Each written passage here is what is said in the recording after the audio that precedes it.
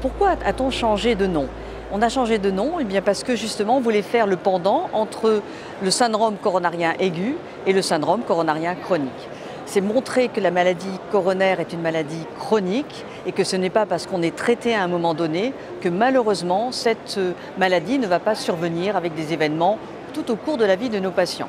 Ça, c'est le premier grand point et vous verrez que dans ces guidelines, il y a une figure très facile montrant justement la possibilité que quelqu'un qui est stable devienne instable. Ça, c'est le premier point et c'est pour ça que le changement de nom est important. Le deuxième élément dans ces guidelines, c'est qu'on a voulu qu'elles soient excessivement pratiques. Et donc, on a changé un peu tous les algorithmes très compliqués. Vous êtes en consultation et vous avez 3 types de patients. Celui qui est connu depuis longtemps par vous, qui a eu une angioplastie il y a longtemps, celui-là, vous allez le suivre différemment de celui qui est rentré dans la maladie, dont vous savez qu'il a une anomalie des coronaires, parce que vous avez fait un bilan, par exemple bilan pré-TAVI, bilan pré-chirurgie ou autres éléments. Vous allez donc de la même façon le traiter différemment. Et enfin, la troisième catégorie, le patient a fait un syndrome coronarien aigu, on est à 1 an de ce syndrome coronarien aigu, et bien de la même façon, vous allez le traiter différemment de celui que vous suivez depuis plusieurs années.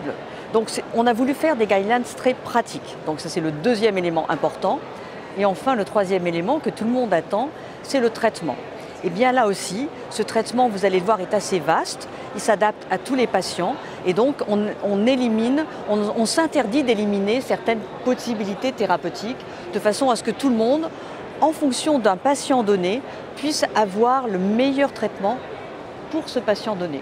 Donc vous voyez, ce sont des guidelines qui traitent de la chronicité, c'est pour ça qu'on a changé le nom, qui traitent d'une façon pratique de suivre nos patients en consultation, c'est pour ça qu'on a identifié ces 3 types.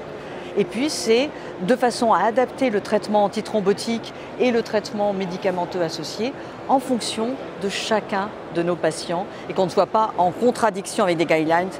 Tout est possible, mais avec des indications très claires. Donc j'espère que vous partagerez cette simplification et que vous serez heureux de ces nouvelles guidelines sur le syndrome coronarien chronique.